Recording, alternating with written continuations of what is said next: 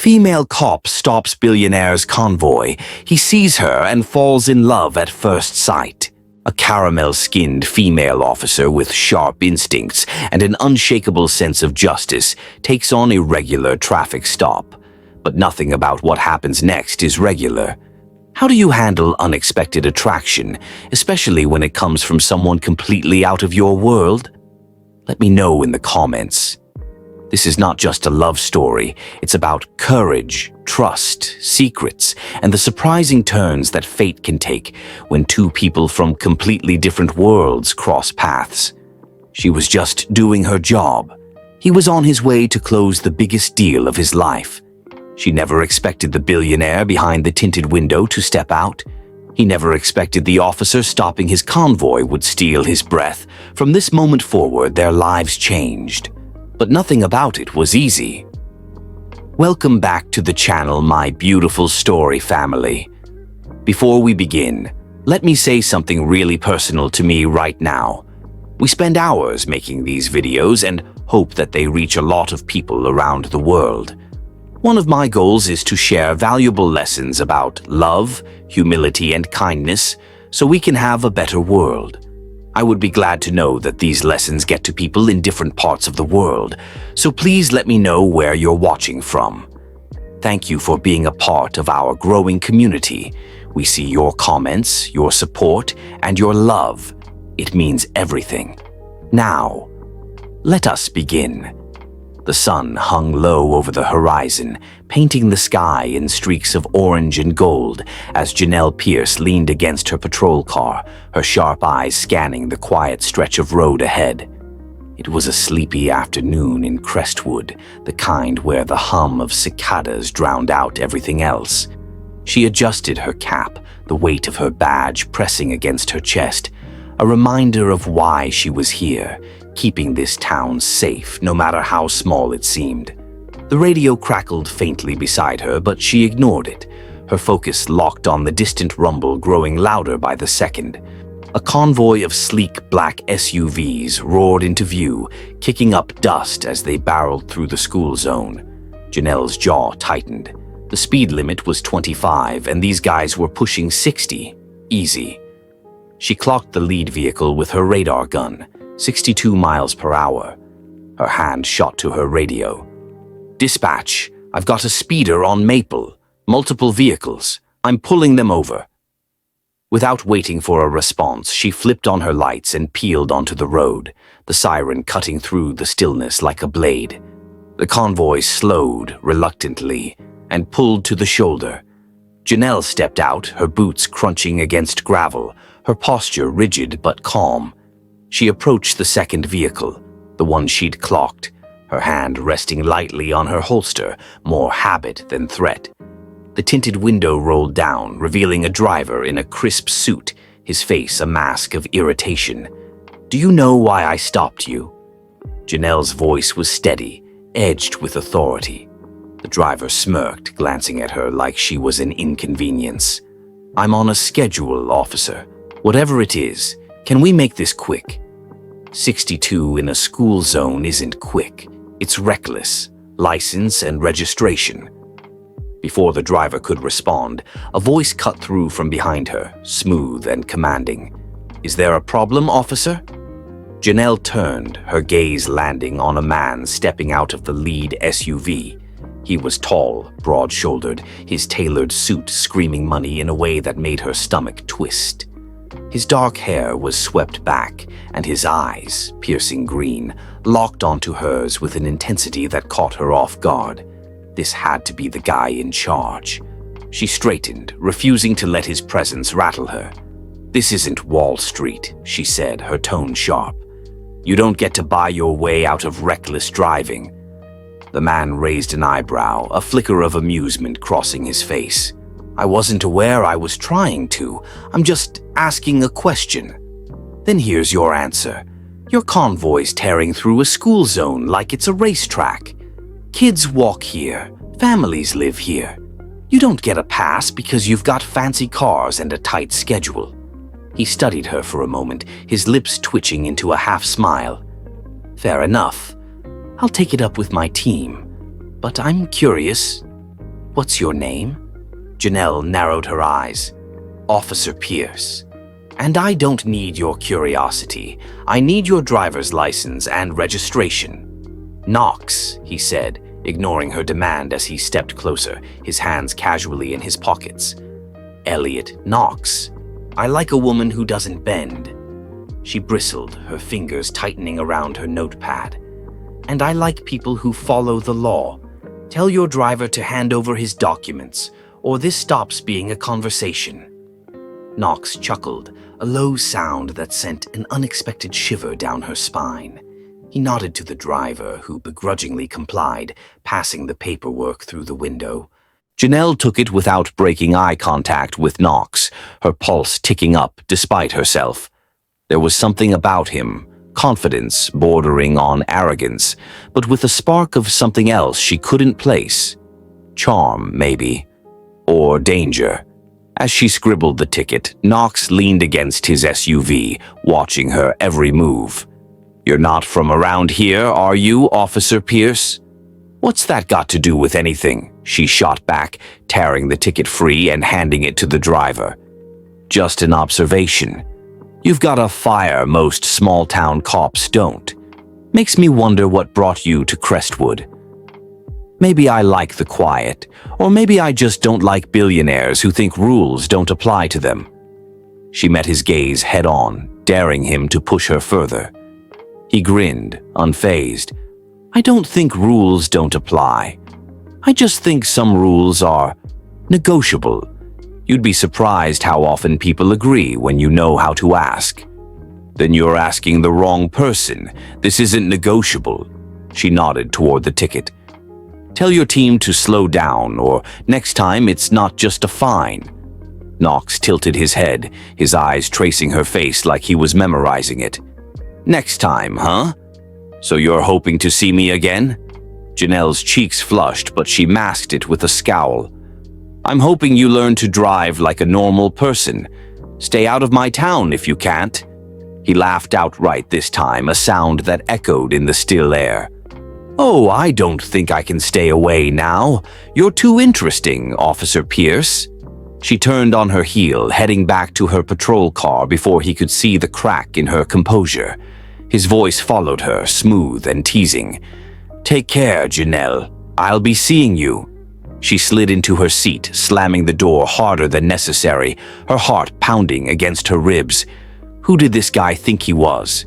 And why did his words linger in her head like a song she couldn't shake?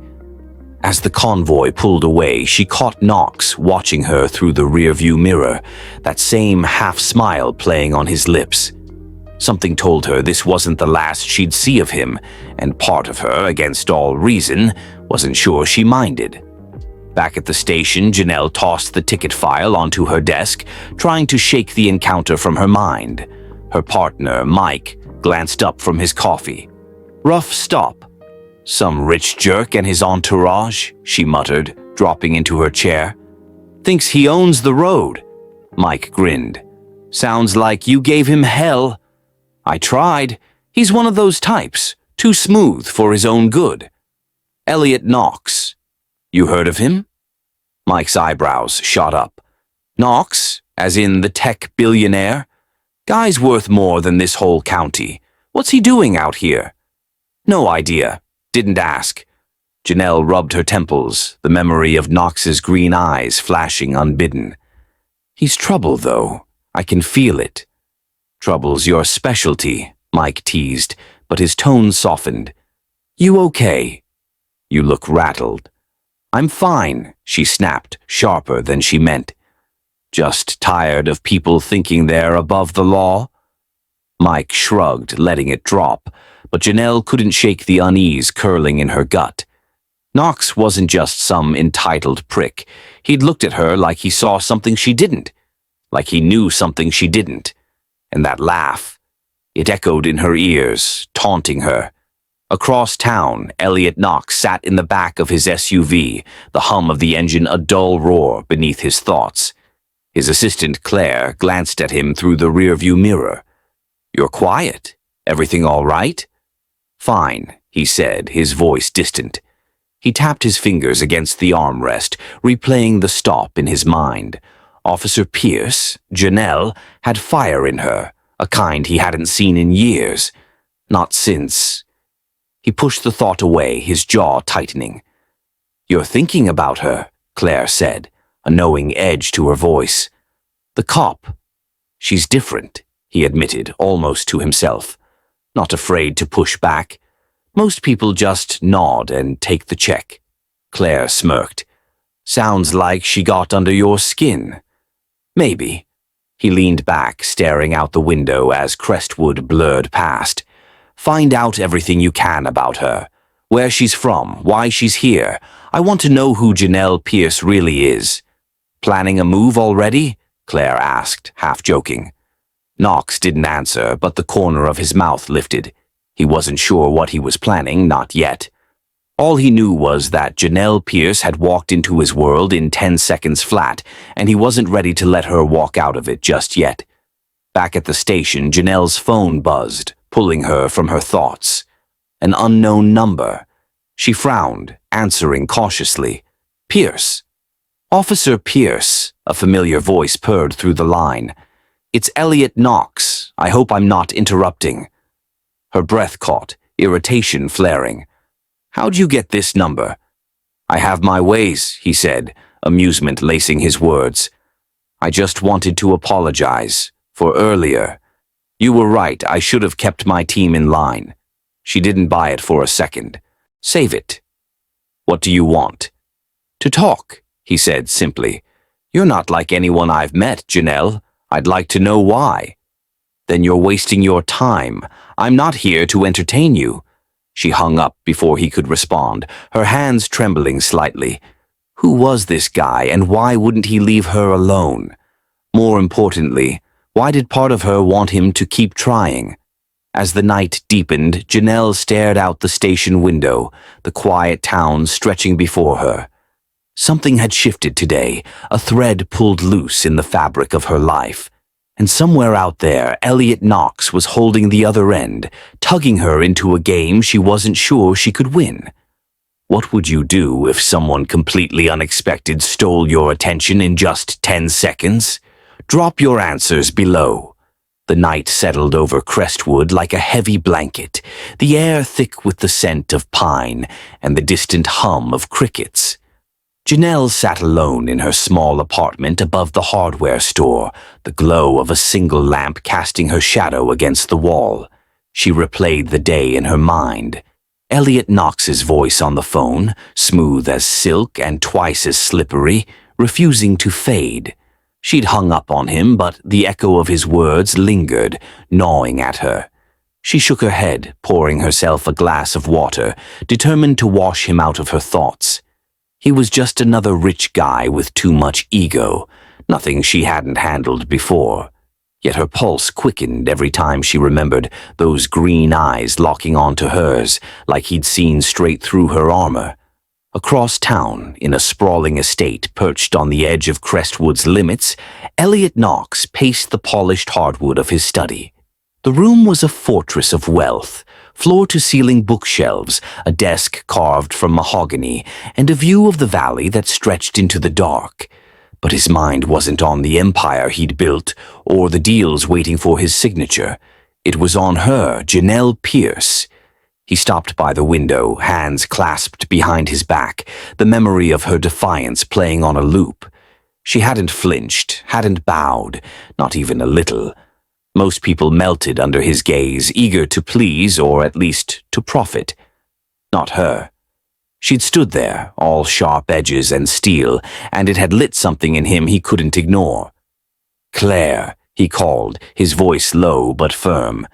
His assistant appeared in the doorway, tablet in hand, her expression a mix of curiosity and exhaustion. "I need you to dig into Officer Pierce.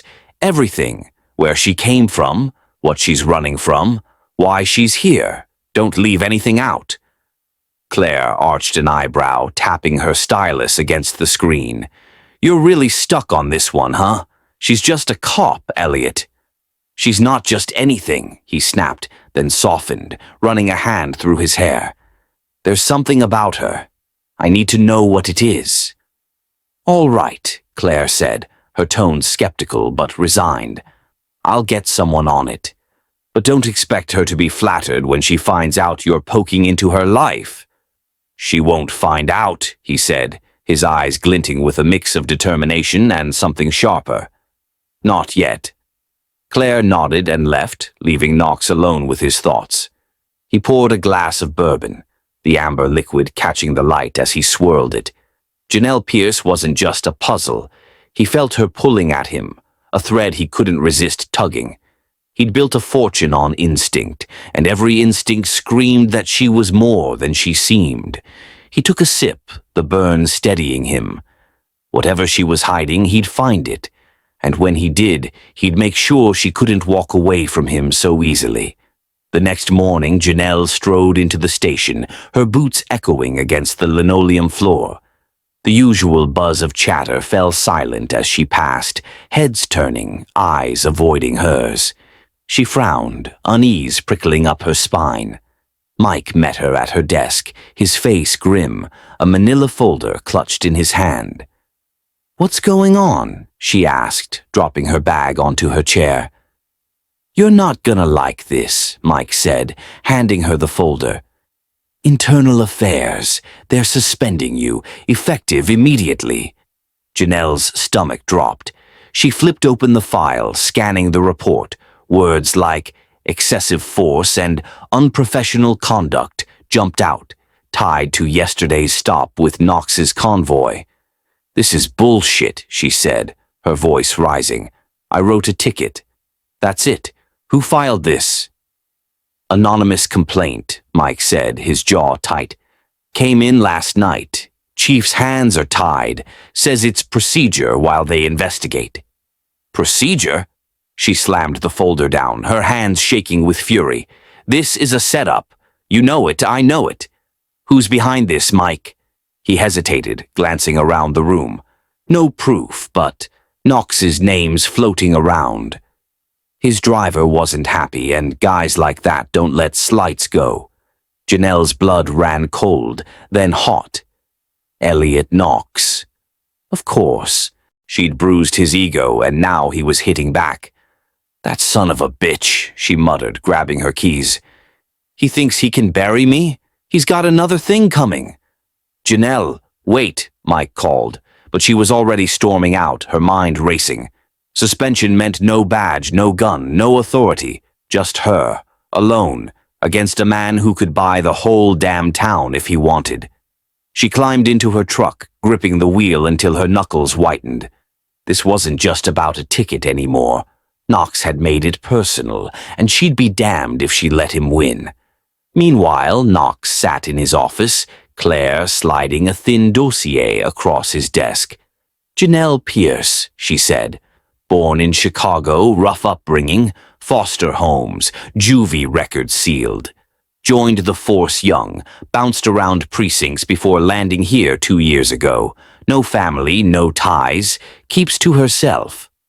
Knox flipped through the pages, his fingers pausing on a grainy photo of Janelle in her uniform, her expression fierce, even in stillness.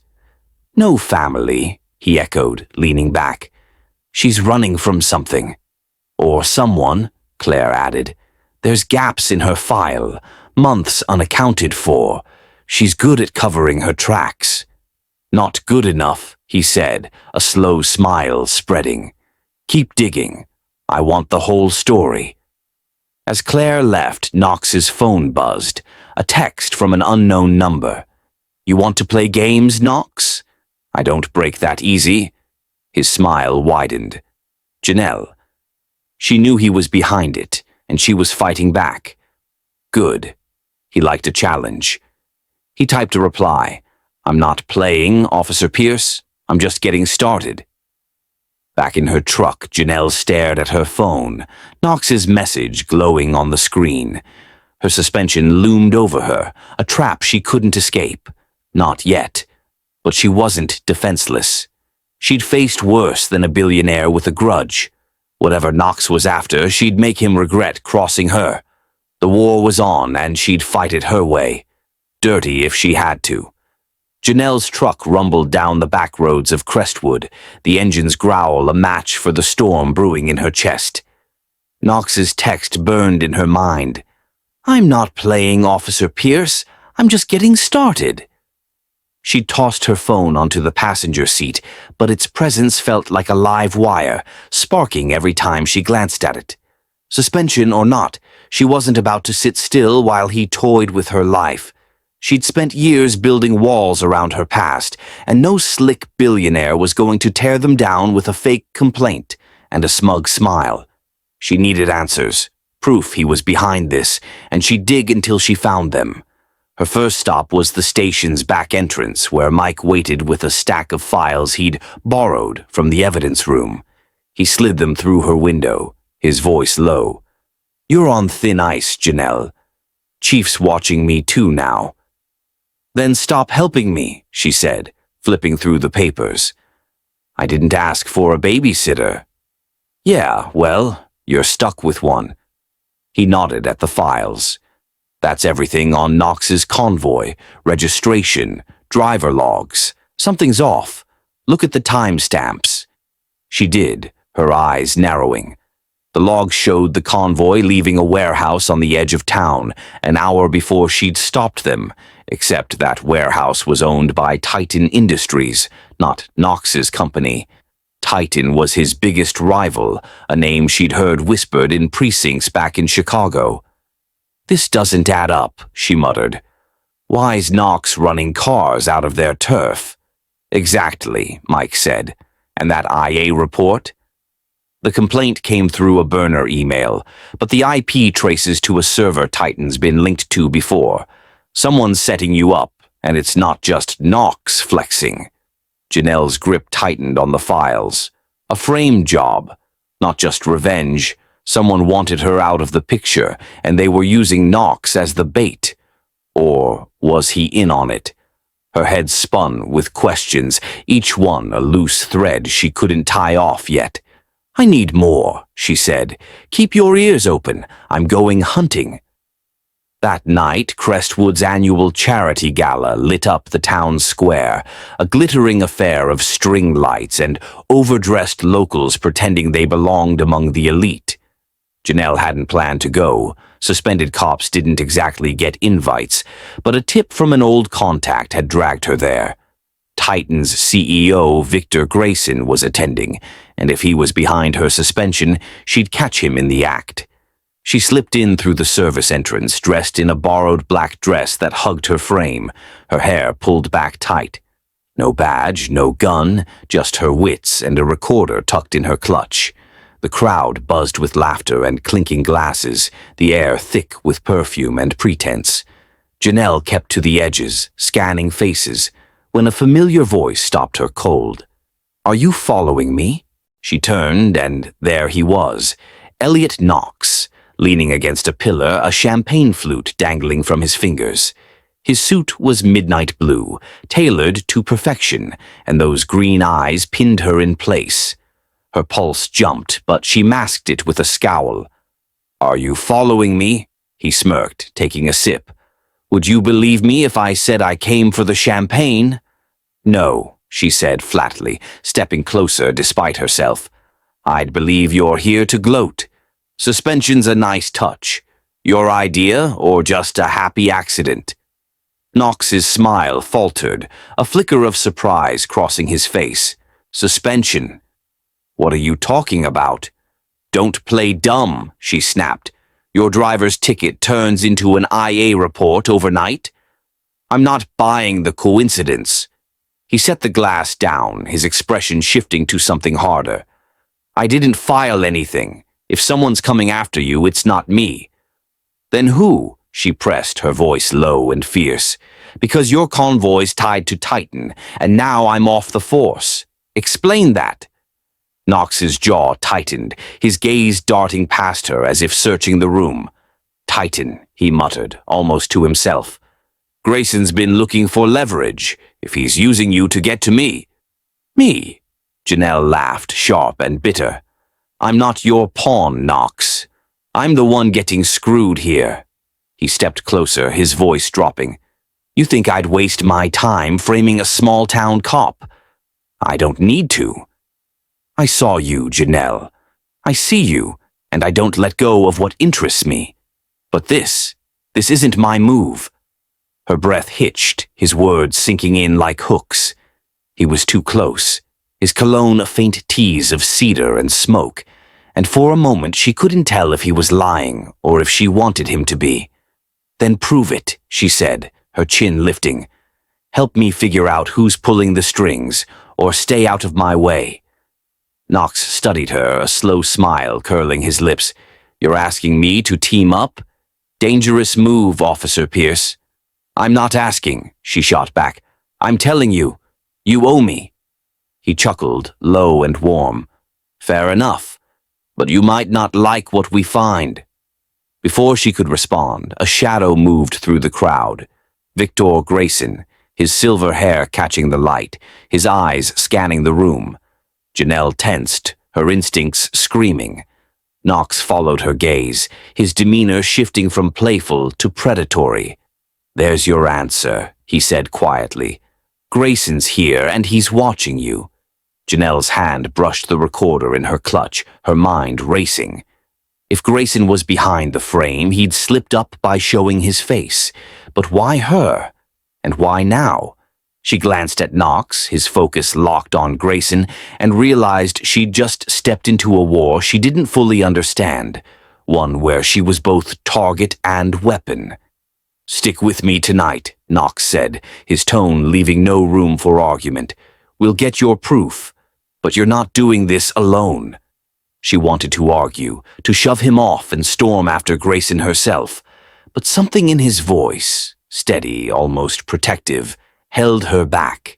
For now, she'd play along, but she'd be watching him just as closely as she watched Grayson. Trust was a luxury she couldn't afford, not with her career hanging by a thread and a billionaire who wouldn't let her go. The gala pulsed around Janelle and Knox, a swirl of laughter and clinking glasses, but the air between them felt charged, heavy with unspoken stakes.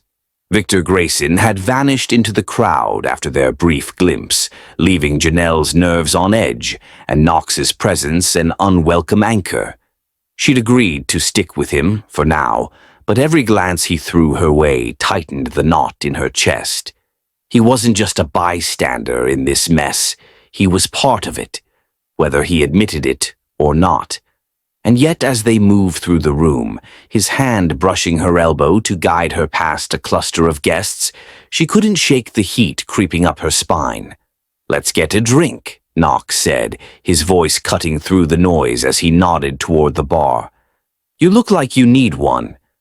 I don't drink on the job, she replied, her tone clipped, but she followed anyway, needing the space to think. Grayson was the key, she could feel it, but Knox's insistence on helping her gnawed at her instincts. What was his angle?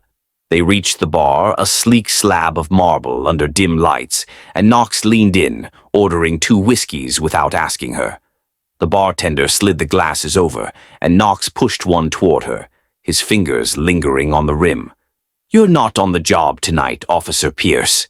Suspended, remember? She glared at him, but her hand closed around the glass anyway, the cool weight grounding her. Don't remind me. I'm still figuring out how deep your mess goes. He raised his glass, his eyes locked on hers. My mess? You're the one who stopped my convoy. Maybe I should be thanking you for dragging me into yours. Janelle took a sip, the whiskey burning a path down her throat. Don't flatter yourself. I'd have stopped anyone going that fast. You just happened to be the asshole in the driver's seat. Knox laughed, a rich sound that drew eyes from across the room. Fair, but you've got to admit, we're a good team. You spot the trouble, I fix it. Fix it. She set the glass down harder than necessary, leaning closer. You think shadowing me all night fixes anything? I'm not your damsel, Knox. I'm here to bury Grayson, and whoever else is screwing with me. If you're in my way, I'll bury you too. His smile didn't waver, but something flickered in his gaze. Respect, maybe, or intrigue. He took a slow sip, then set his glass beside hers, his fingers brushing hers for a split second. "You've got eyes that ask questions," he said, his voice dropping low, intimate. "I don't think I've ever met someone who looks at me like I'm not in charge." Her breath caught, the words hitting harder than they should have. She pulled her hand back, heat flooding her cheeks. "Maybe you're not as in charge as you think," she shot back, but her voice wavered, betraying her. Knox leaned in, closing the gap she'd tried to create, his breath warm against her ear. "Or maybe I'm exactly where I want to be. You're not easy to read, Janelle, but I'm a quick study, and I don't give up." She turned her head, their faces inches apart, and for a moment she couldn't move. His eyes held hers, green and unrelenting, peeling back layers she'd fought to keep buried.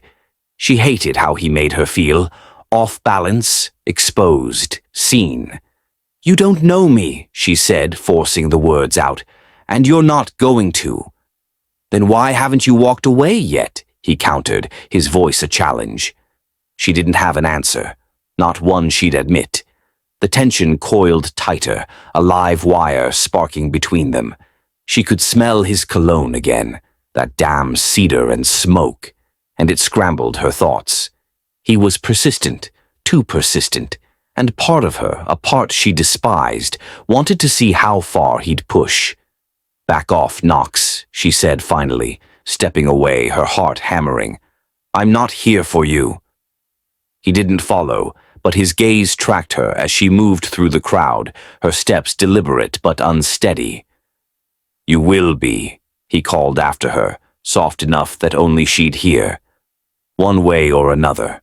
Janelle didn't stop until she reached the edge of the room, her back to the wall, her breath ragged.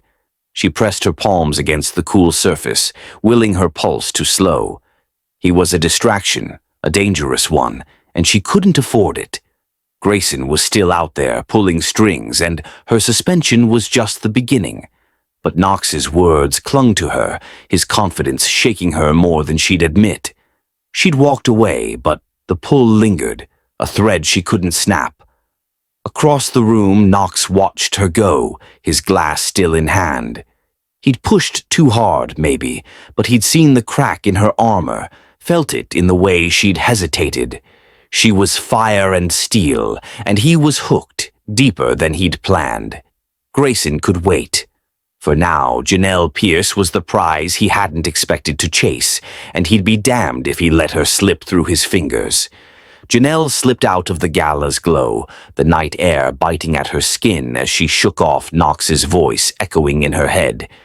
She'd walked away, but the weight of his stare followed her, a tether she couldn't quite break. Her focus snapped back to Grayson. His presence at the event wasn't random, and neither was her suspension.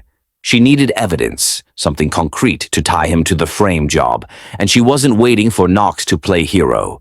She climbed into her truck, the engine roaring to life, and headed for the station's outskirts, where an old informant had promised a lead on Titan's dirty dealings with the department. The meet was set at a derelict warehouse off Route 17, a crumbling shell of concrete and rust. Janelle parked a block away, her boots silent on the gravel as she approached, the recorder still in her pocket. The informant, a jittery ex-cop named Ray, had texted her an hour ago. "Titan's got people inside.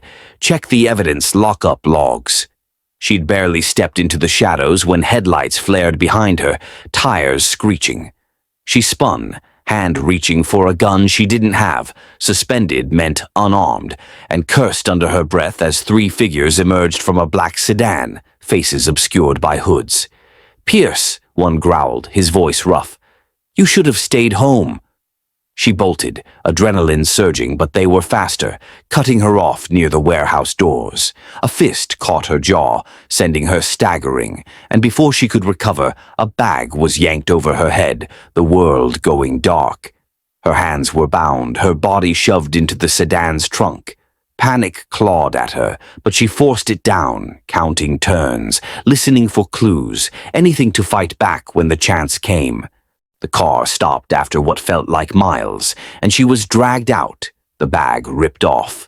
She blinked against the glare of floodlights, her jaw throbbing, and saw Grayson standing there, his silver hair gleaming, a smirk twisting his face. "You're a problem, Officer Pierce," he said, pacing, "Knox's little pet, sniffing where you don't belong." "I'm nobody's pet," she spat, straining against the zip ties cutting into her wrists. "And you're sloppy. Titan's prints are all over this." Grayson chuckled, nodding to one of his men. "We'll see how tough you are when you're gone." The thug raised a gun, but before he could fire, a roar of engines shattered the night. Headlights blazed, and a familiar black SUV barreled through, slamming into the sedan. Knox leapt out, a pistol in hand, his face a mask of fury. Shots rang out. Grayson's men scattered, one dropping as Knox fired with lethal precision. He reached Janelle in seconds, cutting her ties with a knife from his boot. "Get up," he said, his voice tight, pulling her to her feet. "We're leaving." She stumbled, dazed but alive, and followed him to the SUV. Tires squealed as they tore away, Grayson's shouts fading into the distance. Janelle gripped the door, her breath ragged, her mind racing. "How'd you find me?" "Tracked your phone," Knox said, eyes on the road. "Lucky I did." "Lucky," she muttered, rubbing her wrists. "Or stalking?" He didn't answer, just drove, the tension between them thick as the miles stretched on. They didn't stop until they reached his estate, a fortress of glass and stone hidden in the hills. Inside, the silence was deafening, the adrenaline crash leaving her raw. Knox led her to a guest room, handing her a glass of water she didn't drink. "You're safe here," he said, his voice softer now, watching her pace like a caged animal. "Grayson won't touch you tonight." "Safe?" She laughed, bitter and shaky. "I almost died because of your war with him. Don't act like my savior."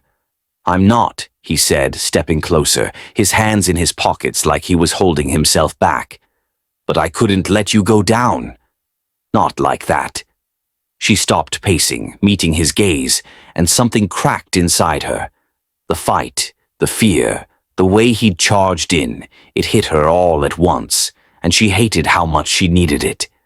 "Why do you care?" she whispered, her voice breaking. Knox didn't answer with words.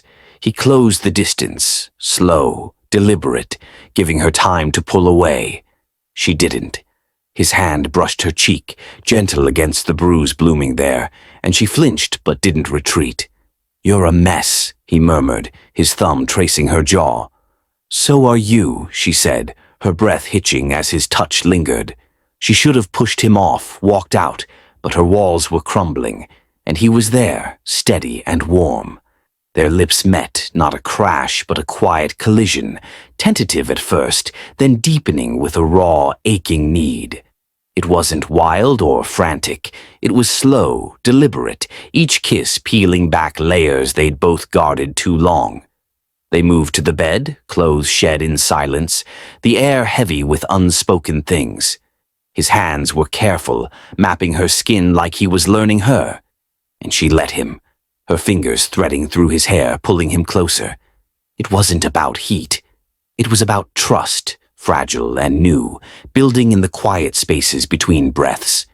When he pressed into her, it was soft, unhurried, their eyes locked, and she felt exposed in a way that scared her more than the gun had. He whispered her name, low and reverent, and she clung to him, the world narrowing to just them. Just this. After they lay tangled in the sheets, her head on his chest, his heartbeat steady under her ear. No words, just the sound of their breathing, the weight of what they'd done settling in.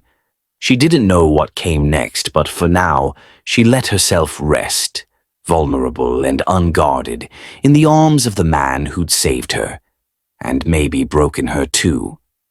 The quiet of Knox's estate wrapped around Janelle like a cocoon, the early morning light filtering through the curtains in soft golden streaks.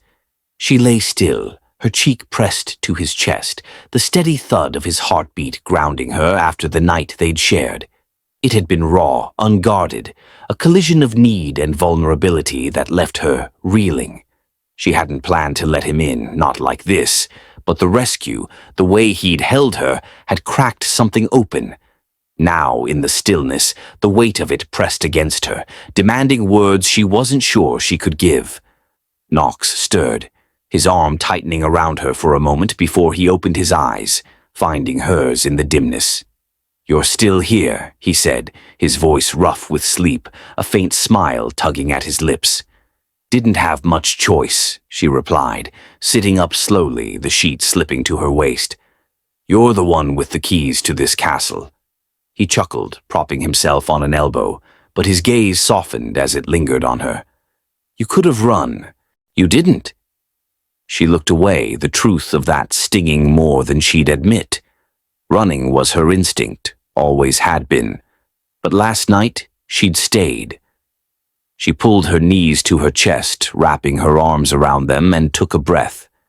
"I don't do this," she said, her voice low. "Letting people close. There's a reason." Knox sat up too, the space between them narrowing as he waited, silent but present. She felt his patience, the way he didn't push, and it loosened something inside her. "My dad," she started, her throat tight. "He was a cop, Chicago PD. Good man, honest. Too honest. They framed him, planted evidence, said he took bribes he never touched. He went down for it, 15 years. Died in prison when I was 16. Knox's hand hovered near hers, then settled on the bed, close but not touching. "That's why you're here," he said quietly. "Small town, fresh start." "Yeah," she said, her voice cracking. "I thought if I kept my head down, followed the rules, I could outrun it. But it follows you, people like Grayson, like the ones who broke him. I swore I'd never let that happen to me. And now—" She trailed off, her fingers digging into her knees. "Now you're in the middle of it anyway," he finished, his tone heavy with understanding. He shifted closer, his shoulder brushing hers. "You're not him, Janelle. You're stronger than they know." She met his eyes, searching for the lie, but found only steadiness. It unnerved her, how he saw her, really saw her, and she wasn't sure she liked it. "What about you?" she asked, deflecting. "Why do you care so much? You've got everything, money, power. What's a suspended cop to you?" Knox exhaled, running a hand through his hair, and for the first time she saw a crack in his armor. "Everything's not what it looks like," he said, his voice dropping. "I built this, all of it, from nothing. People see the billions, the suits, but they don't see the cost. Everyone wants something. My time, my name, my money. Always have." He paused, his jaw tightening, and she waited, sensing there was more. "Avery," he said finally, the name falling like a stone. "My ex-fiancé. Thought she was different. Turned out she was just better at the game. She didn't love me. She loved the leverage. When I caught her leaking deals to Grayson, I ended it. But it's the same everywhere. People use me and I let them, because it's easier than being alone." Janelle stared at him, the rawness in his words mirroring her own. She hadn't expected that. Not from him. "So why me?" she asked, softer now. "Why not just let Grayson have his win?" Knox turned to her, his green eyes piercing. "Because you don't want anything from me. You don't bend, you don't break. You're real, Janelle. I haven't had real in a long time." Her chest tightened, the honesty between them a fragile thread she wasn't sure she could hold. She reached out, hesitant, her fingers brushing his, and he caught her hand, holding it like it was something precious. "We're a mess," she said, a faint laugh escaping her. "Both of us." "Yeah," he agreed, his thumb tracing circles on her skin. "But maybe that's why this works." They sat there, hands linked, the weight of their scars settling into something shared. She didn't know where this was going. Grayson was still out there, her suspension still loomed, and Knox was still a wild card. But for the first time, she didn't feel alone in the fight. That scared her as much as it steadied her. The silence stretched, heavy but not empty, until Knox squeezed her hand. "We'll figure it out," he said, a promise she wanted to believe. Together. She nodded just once and let herself lean into him, her head resting on his shoulder. The world could wait, for now. Have you ever trusted someone only to find out they were playing a different game? Tell us your story below. The morning light lingered in Knox's estate, soft and fleeting, as Janelle rested against his shoulder, their hands still entwined. The quiet between them felt like a fragile truce, a moment stolen from the chaos waiting outside. She'd bared her past, her father's fall, the scars it left, and Knox had matched her, his own wounds laid bare with Avery's betrayal. For the first time, Janelle felt the edges of her solitude soften, but the peace didn't last. A sharp buzz from Knox's phone shattered it, pulling them both back to reality. He frowned, reaching for it, and she straightened, sensing the shift before he even spoke. "It's Claire," he said, scanning the screen. "Trouble." His voice tightened as he scrolled, his face hardening. "You need to see this." He turned the phone toward her and her stomach dropped. Headlines screamed across the news app. "Billionaire in bed with disgraced cop?" Below it, grainy photos, her leaving the gala with Knox, her truck parked near his estate, even a blurry shot of them through the guest room window last night, her silhouette unmistakable against his. The article was ruthless, digging into her suspension, her father's conviction, painting her as a corrupt cop latching onto Knox for a lifeline. His name was dragged through the mud beside hers, his credibility as a titan of industry questioned, his board reportedly reconsidering his leadership. "Grayson," Knox muttered, his fist clenching. "This has his stench all over it." Janelle's breath came shallow, her mind racing. How'd he get those pictures? That's my life, my past, splashed everywhere. She stood, pacing, her hands trembling with fury. "They're using my dad against me, against you." Knox rose too, reaching for her, but she pulled back, her eyes wild. "He's not just coming for me," he said, his voice steady despite the storm in his gaze. "He's hitting us both. He knows I won't let you go down alone." "Then he's winning," she snapped, her voice breaking. "Your company, your reputation, it's all tanking because of me." "I'm a liability, Knox. They're calling me a disgrace, and now you're tied to it." "Don't," he said, stepping closer, his tone fierce. "This isn't your fault. Grayson's been gunning for me for years. You're just the leverage he's using now." She shook her head, backing toward the door. "Leverage or not, I'm the one sinking you. Look at those headlines. Your board's already circling. I've seen this before. My dad lost everything because someone pinned a lie on him. I won't let that happen to you." "Janelle, stop," he said, his hand catching her wrist, gentle but firm. "We can fight this. Together. Like we said." "No," she said, pulling free, her chest aching. "You've got too much to lose, I don't. I've been running from this kind of mess my whole life. It's mine to carry, not yours." She grabbed her jacket, her movements sharp, desperate. "I'm walking away, Knox, for your sake." He followed her to the foyer, his voice rising. "You think I care about the headlines, about the board? I've built this from nothing. I can rebuild it. But I can't rebuild you if you leave." She paused at the door, her hand on the knob, his words cutting deeper than she'd expected. "You don't get it," she said, turning to face him, her eyes glistening. "I'm not worth it. I'm the daughter of a felon, a suspended cop with nothing left. You're Elliot Knox. You've got an empire. I'm just the crack that breaks it." "You're wrong," he said, closing the distance, his hands framing her face. "You're the only thing that's real in this. I don't give a damn about the rest if it means losing you." She wanted to believe him, God, she did, but the photos, the headlines, her father's ghost, they loomed too large. She stepped back, breaking his hold, her voice barely a whisper. "I'm sorry." The door slammed behind her as she walked into the dawn, her boots crunching on the gravel drive.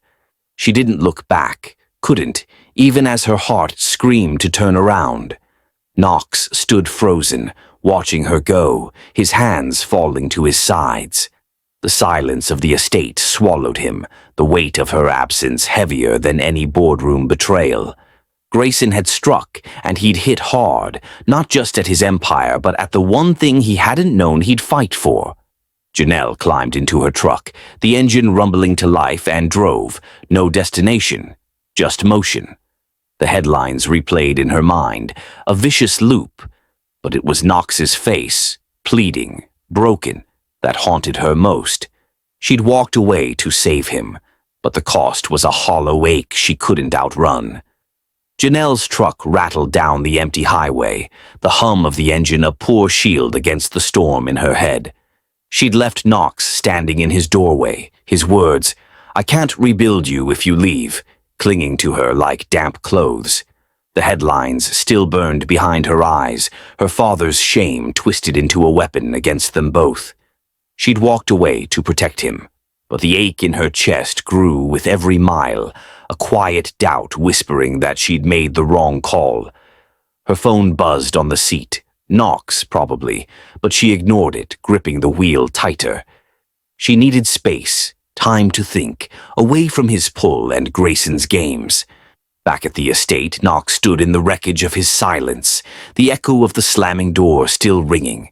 He'd lost her, not to Grayson's smear, but to her own stubborn resolve. His phone lit up with Claire's name, but before he could answer, a sharp knock sounded. He opened the door to find his sister, Nova, her dark hair windswept, her eyes blazing with urgency.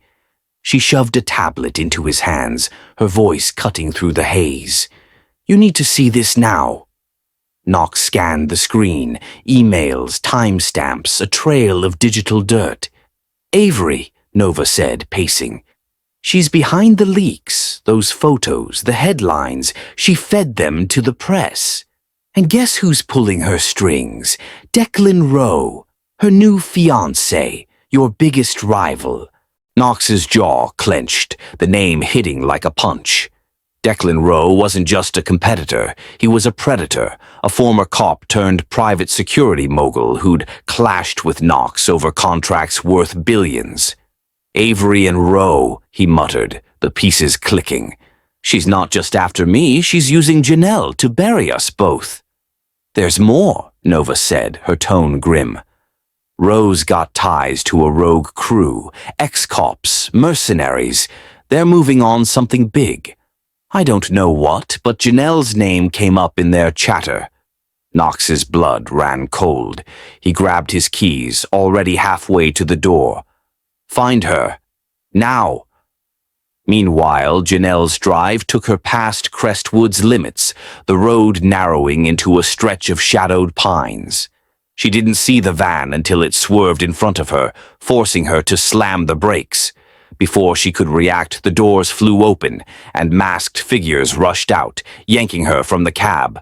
She fought, nails raking, boots kicking, but a sharp blow to her temple dropped her, the world blurring as they dragged her into the van. A voice, rough and familiar, cut through the haze. "Rowe wants her alive. For now." She woke in a dank basement, wrists bound to a chair, her head throbbing. A man stepped into the light, Declan Rowe, his broad frame looming, his badge long gone but his authority still sharp. "You're a thorn, Pierce," he said, circling her. "Knox's weak spot. Avery figured it out quick. Hook him with you, then bleed him dry." Janelle glared, her voice hoarse but defiant. "You're a coward, Rowe, hiding behind her skirts." He smirked, leaning close. "Coward or not, I win. Knox's merger meeting's in an hour, 800 million on the line. He'll either save his empire or chase you. Either way, I've got him." Back at the estate, Knox's phone rang again. Claire, this time with coordinates. "She's off Route 9, she said. "Rowe's crew has her. You've got a choice, boss. The board's waiting. Mergers now or never." Knox stood at the window, the valley sprawling below, his mind a battlefield. The merger was his legacy, years of sweat and strategy, teetering on the edge. But Janelle, her fire, her scars, the way she'd looked at him last night, pulled harder. He saw her in that chair, bloodied but unbroken, and the decision locked into place. "Tell the board to wait," he said, his voice steel. "I'm going for her."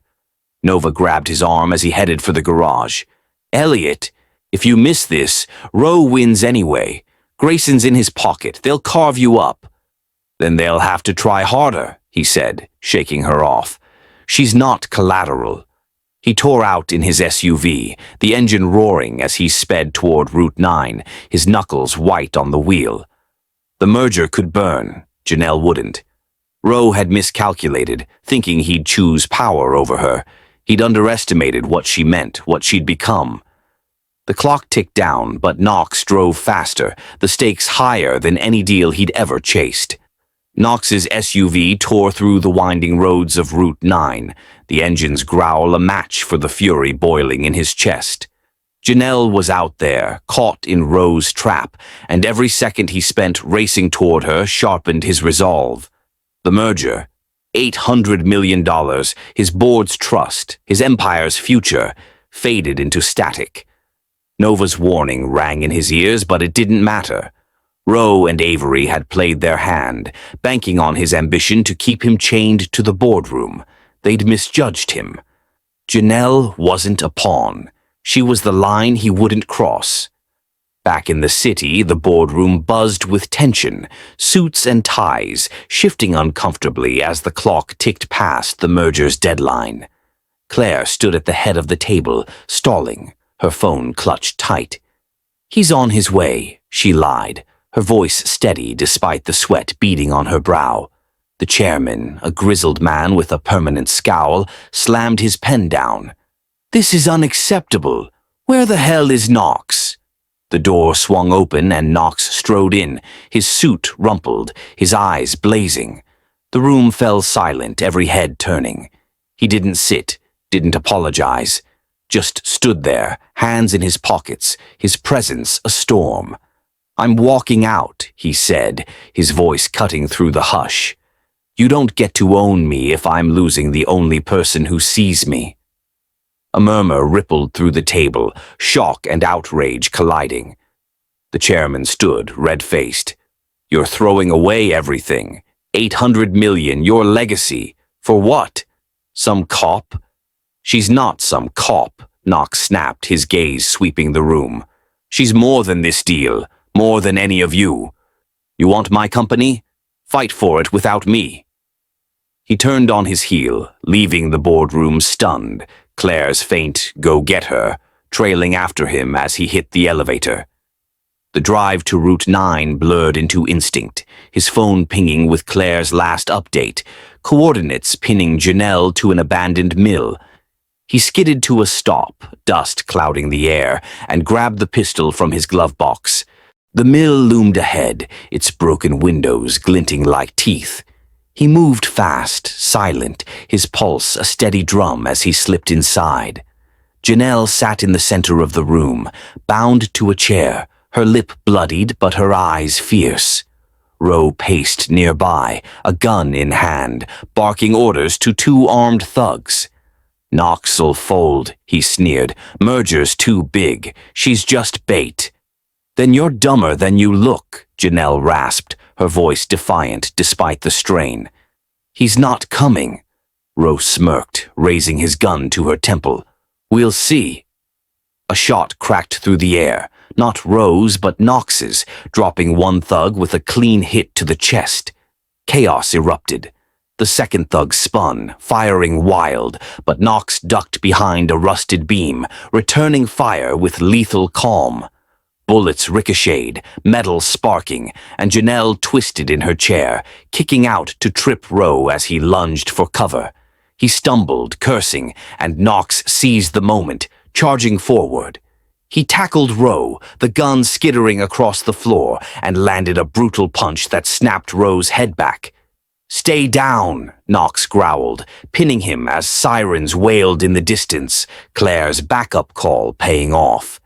He cut Janelle's ropes with a knife from his boot, pulling her up as she swayed, her legs shaky but her grip on him fierce. "You're an idiot," she muttered, her voice thick with relief, her hands clutching his shirt. "The merger." "Doesn't matter," he said, his forehead resting against hers for a fleeting second. "You do." Cops swarmed in, cuffing Rowe as he spat threats, his empire crumbling under the weight of his own arrogance. Knox and Janelle stepped outside, the night air cool against their skin, the adrenaline fading into something quieter. She looked at him, bruised and battered but whole, and saw the choice he'd made, not for power but for her. "You gave it all up," she said, her voice soft, searching.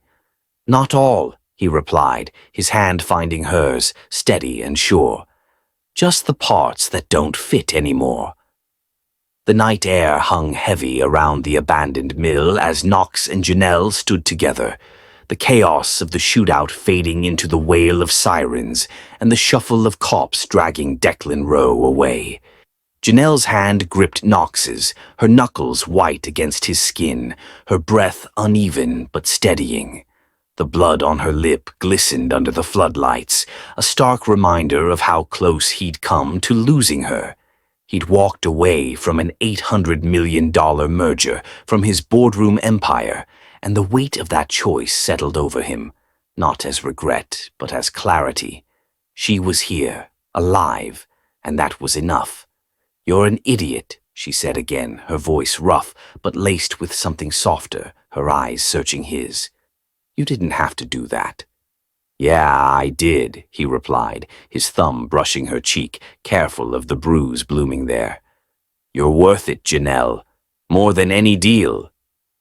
She didn't argue, just leaned into him for a moment, her forehead against his chest, the tension draining from her frame. The cops moved around them, securing the scene, but for Knox, the world narrowed to her, the way she fit against him, the quiet strength she carried even now.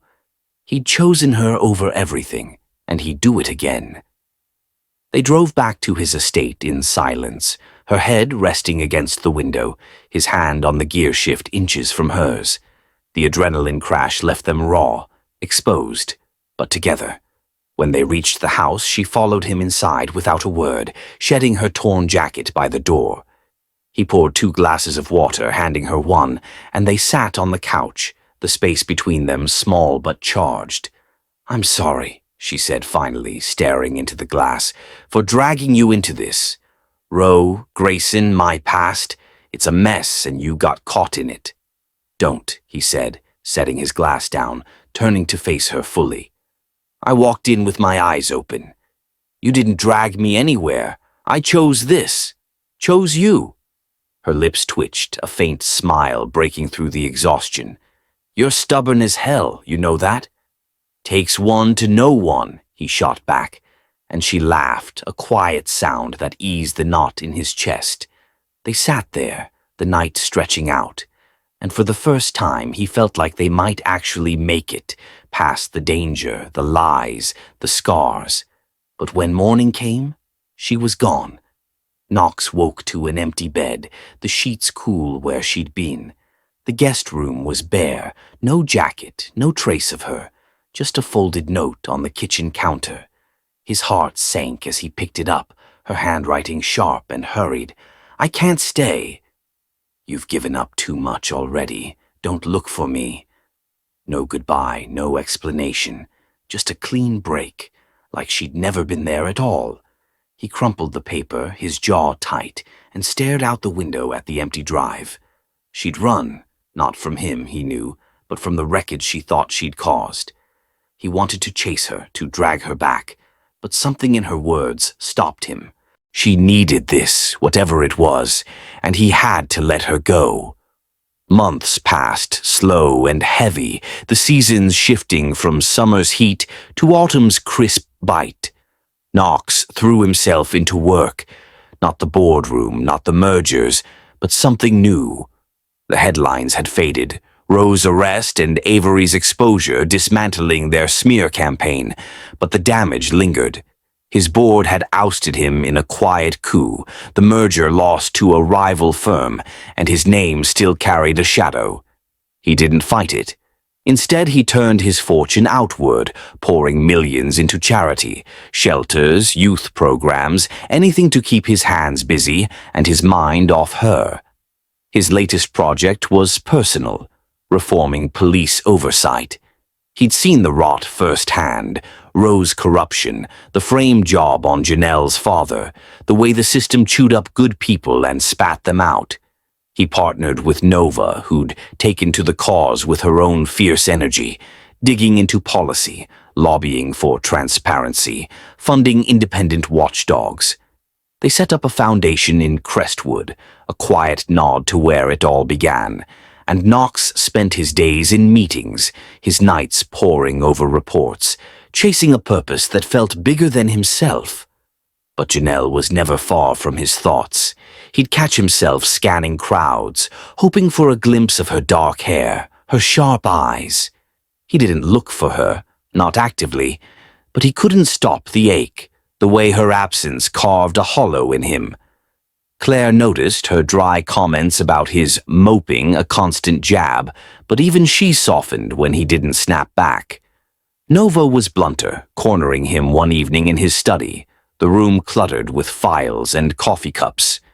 "You're killing yourself over this," she said, arms crossed, her green eyes, so like his, narrowed. "She left, Elliot. You can't fix that." "I'm not trying to fix it," he said, leaning back in his chair, rubbing his face. "I'm just waiting.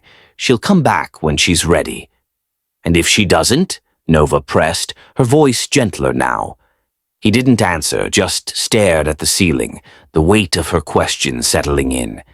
If she didn't, he'd keep going, building, fighting, living. But it wouldn't be the same. She'd changed him, cracked open something he hadn't known was there, and he couldn't unfeel it. Across the country, Janelle moved like a ghost, drifting from town to town, her truck a lifeline to nowhere. She'd ditched her phone that first day, bought a burner, cut ties with Crestwood. The note she'd left Knox was her last anchor, severed clean. She told herself it was for him. His empire was battered enough without her dragging it further down, but the truth gnawed at her. She'd run because staying meant facing what they'd built, what she felt, and she wasn't ready for that. Not after Rowe, not after the headlines, not after her father's shadow loomed larger than ever. She took odd jobs, bartending in dive bars, hauling freight in backwater depots, keeping her head down, her past buried. But Knox haunted her, his voice in her dreams, his touch a memory she couldn't shake. She'd see his name in passing, charity galas on TV, articles about his police reform push, and her chest would tighten, pride warring with guilt. He was doing good, better than she'd expected, and it made her miss him more. One night, in a dusty motel off a Nebraska highway, she sat on the bed, a half-empty beer in hand, the TV flickering with static. A news segment caught her eye. Knox at a ribbon cutting for a new oversight office, his suit sharp, but his eyes tired. The reporter droned on. Elliot Knox, once a titan of tech, now a champion for justice. She muted it, staring at his face, the lines deeper than she remembered. He was moving forward, and she was stuck, running in circles. She set the beer down, her hands trembling, and pulled out the burner phone. No calls, no texts, just a blank screen staring back. She could reach out, say something, anything. But what? "I'm sorry, felt too small, I miss you too big." She flipped it shut, tossing it onto the nightstand, and buried her face in her hands. Leaving had been her choice, but it didn't feel like freedom. It felt like losing. In Crestwood, Knox stood on the balcony of his estate, the valley stretching dark and quiet below. The oversight program was gaining traction, 2 corrupt officers exposed already, a third under review, and the Foundation's work was spreading, city by city. Nova had taken the lead, her fire driving it, but Knox stayed hands-on, needing the purpose. It kept him sane, kept the questions at bay. Where was she? Was she safe? Did she think of him? Claire joined him, a glass of wine in hand, her usual sharpness softened by the late hour. "You're doing good out there," she said, nodding toward the horizon. "People are noticing." "Yeah," he said, his voice distant, his hands gripping the railing. "Doesn't feel like enough." She studied him, then sighed. "It's her, isn't it? You're still waiting." He didn't deny it, just shrugged, the ache a constant companion now. "She'll come back," he said, more to himself than to Claire. "Or she won't. Either way, I'm not giving up." Claire didn't push, just stood beside him, the silence a quiet solidarity. The stars glittered above, indifferent, and Knox let his mind drift. To the night he'd saved her, the morning she'd left, the hope he couldn't kill. He'd lost his empire, his old life, but he'd gained something else, her, even if only for a moment. And that was worth holding on to, worth fighting for, even if she never walked back through his door. Janelle, miles away, lay back on the motel bed, the ceiling cracked and stained, her thoughts a tangle. She didn't know where she was going, didn't know how to stop running. But as sleep pulled her under, Knox's face lingered, tired, determined, waiting. And for the first time in months, she wondered if she could find her way back. The autumn chill deepened over Crestwood, leaves crunching underfoot as Knox stood on his balcony, the valley a patchwork of amber and shadow. Months had stretched into a quiet rhythm, his days consumed by the police oversight program, his nights haunted by Janelle's absence.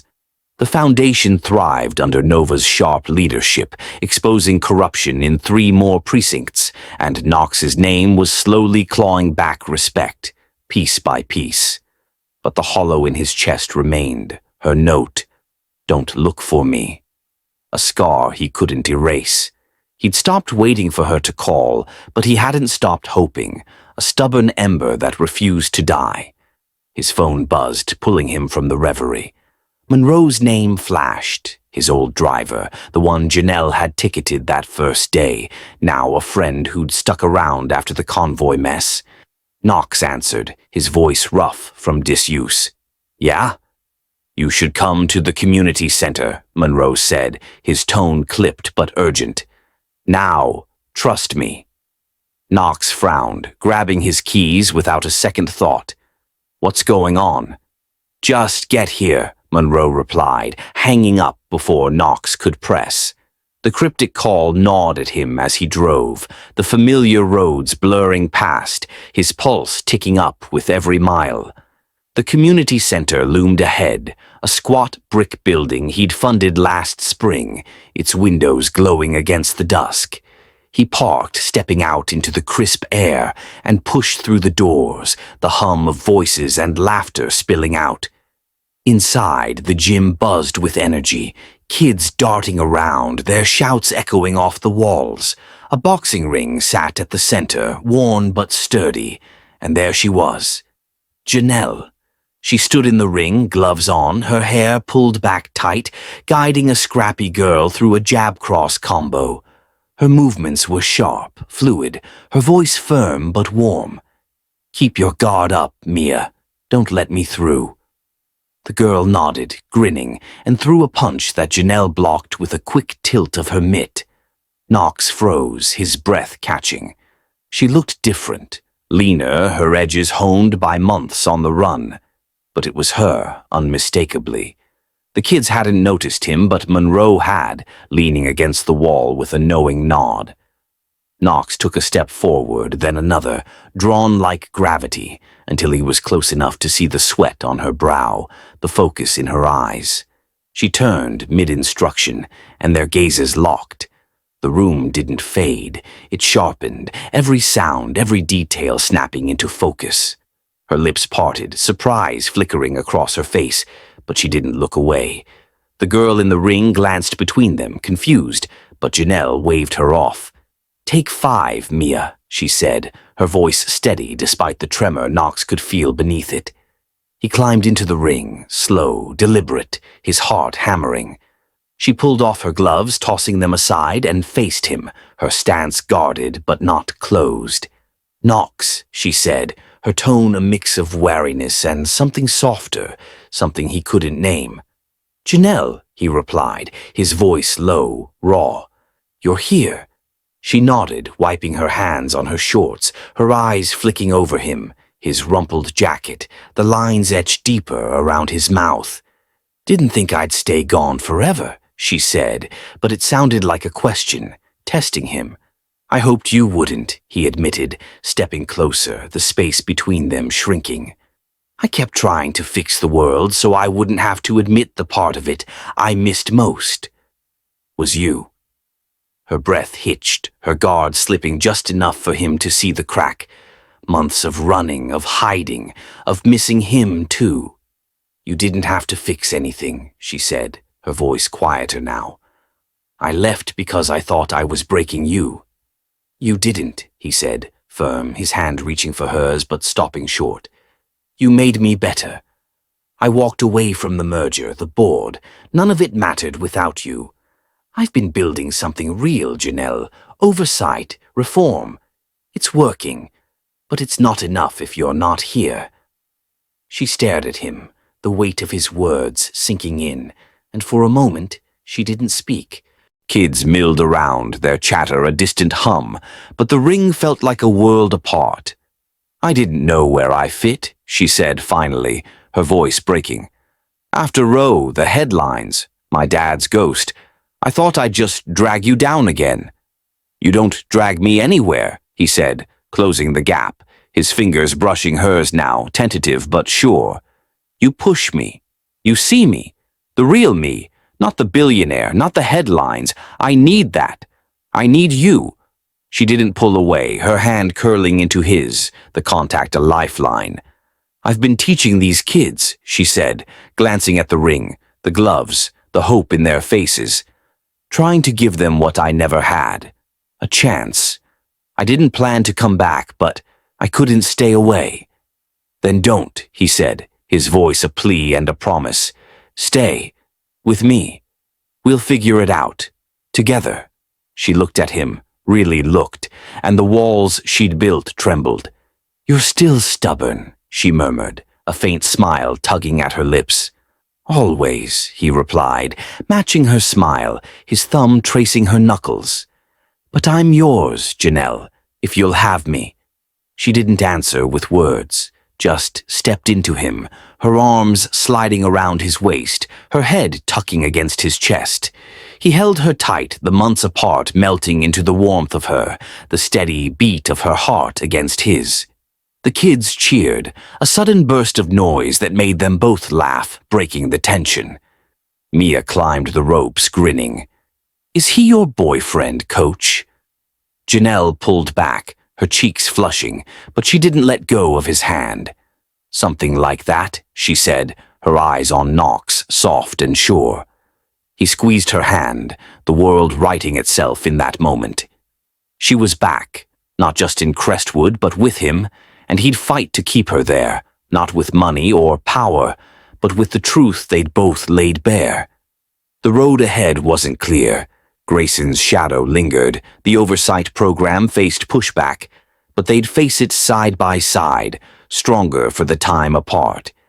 The community center's boxing ring faded into memory as Janelle settled back into Knox's life, her presence a quiet anchor in the storm of his days. The kids at the center adored her, their laughter filling the gym, and Knox found himself there often, watching her teach, her strength a magnet he couldn't resist. They didn't rush, months apart had taught them patience, but the pull between them grew, steady and sure. Crestwood buzzed with their reunion, whispers of the billionaire and the cop weaving into local lore, but they kept it simple, building something real amid the oversight program's grind and the lingering threat of Grayson's influence. One evening, as summer bled into a golden September, Knox led Janelle up a narrow stairwell in his estate, her hand warm in his. "Where are we going?" she asked, her voice teasing but curious, her boots scuffing the steps. "You'll see," he said, pushing open a door to the rooftop. The sky stretched wide above, stars pricking through the dusk, and a small table waited. Candles flickering, 2 plates of takeout from the diner she loved, a bottle of whiskey between them. It was low-key, unpolished, just them, and her smile softened as she took it in. "Fancy," she said, sliding into a chair, her eyes glinting with amusement. "What's the occasion?" He sat across from her, pouring the whiskey, his pulse ticking up. "No occasion. Just you." He'd been planning this for weeks, the ring in his pocket a weight he'd carried since she'd come back. Not a diamond, too flashy for her, but a simple band, etched with a tiny star, something she'd once said reminded her of home. They ate, the conversation easy, her laughing about Mia's latest boxing win, him recounting Nova's latest clash with a stubborn councilman. The night deepened, the air cooling, and he watched her the way she leaned back, relaxed, her guard down in a way he'd fought to earn. When the plates were cleared, he stood, offering his hand. "Walk with me." She took it, letting him pull her to the edge of the roof, the valley sprawling below, lights twinkling like scattered coins. He turned to her, his throat tight, and dropped to one knee, the ring glinting in his palm. Her breath caught, her eyes widening, but she didn't pull away. "Janelle," he started, his voice steady despite the nerves. "I've built a lot. Companies, deals, this life. But nothing's ever felt like you. You see me, you push me, and I don't want to go another day without knowing you're mine. Marry me." She stared at him, the silence stretching, her hand trembling in his. Then a laugh broke free, sharp and warm. "Are you really asking a cop to promise she'll never arrest your heart?" He grinned, rising to meet her, the ring still between them. "Too late. You already did." She took the ring, sliding it onto her finger, her eyes shining. "Yeah," she said, pulling him close, her lips brushing his. "I'll marry you, Knox. But don't think this means I'm going easy on you." "Wouldn't dream of it," he murmured, kissing her deep, the world falling away until it was just them, the rooftop, and the promise they'd made. Months later, spring kissed the coast, and a beach stretched golden under a late afternoon sun. The wedding was small, none of Knox's old boardroom crowd, just the people who mattered. Nova stood barefoot in the sand, a makeshift officiant in a flowing dress, her grin wide as she held a crumpled script she'd written herself. Monroe lingered near the back, his suit a size too big, joking with Claire about catching the bouquet. The waves crashed soft and steady, a rhythm that matched the quiet joy in Knox's chest. Janelle walked toward him, no veil, no fuss. Just a white sundress, her hair loose, her boots swapped for sandals.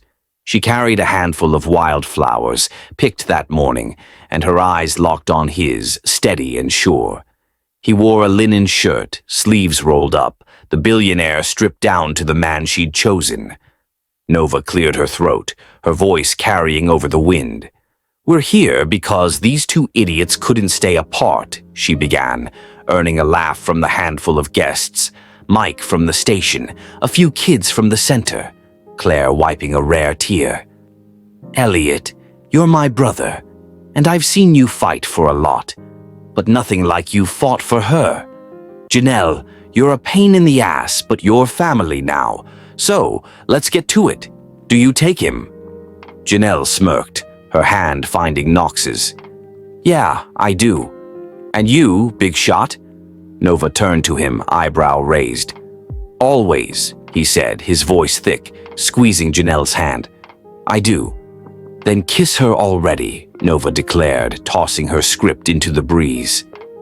Knox pulled Janelle in, their lips meeting soft and slow, then deepening as the small crowd cheered, the kids whooping loudest.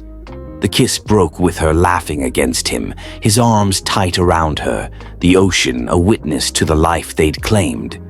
The reception was a blur of barefoot dancing and whiskey toasts, the sun dipping low, painting the sky in fire. Janelle tossed the bouquet over her shoulder, and Monroe, lanky, awkward Monroe, lunged, snagging it midair to a roar of laughter. "I'm next," he crowed, waving it like a trophy, while Claire rolled her eyes, hiding a grin. As night fell, Knox and Janelle slipped away, standing at the water's edge, her head on his shoulder, his arm around her waist. The waves lapped at their feet, cool and endless, and he pressed a kiss to her temple. "Happy?" he asked, his voice low. "Yeah," she said, turning to face him, her ring catching the moonlight. "You?" "More than I thought I could be," he admitted, pulling her close. They stood there, the world quiet except for the sea, their story sealed. Not perfect, not without scars, but theirs. The guests drifted off, Nova's voice fading as she herded the kids back to the bonfire, Monroe still clutching the bouquet. Knox and Janelle stayed, the beach theirs alone, a satisfying end to a fight neither had expected to win. Grayson's shadow, Rose's threats, the past, they'd faced it all, and here they were, together, unbroken. Do you believe time apart can make love stronger? Let me hear your thoughts. Thank you for watching. See you in the next one.